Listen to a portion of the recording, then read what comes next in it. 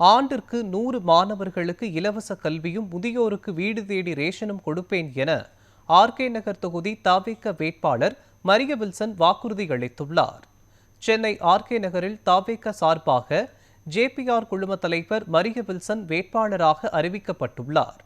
இந்நிலையில் தான் வெற்றி பெற்றால் ஆண்டிற்கு 100 மாணவர்களுக்கு இலவச கல்வி, முதியோருக்கு வீடு தேடி ரேஷன் வழங்குவேன் என மரிய வில்சன் தெரிவித்துள்ளார்.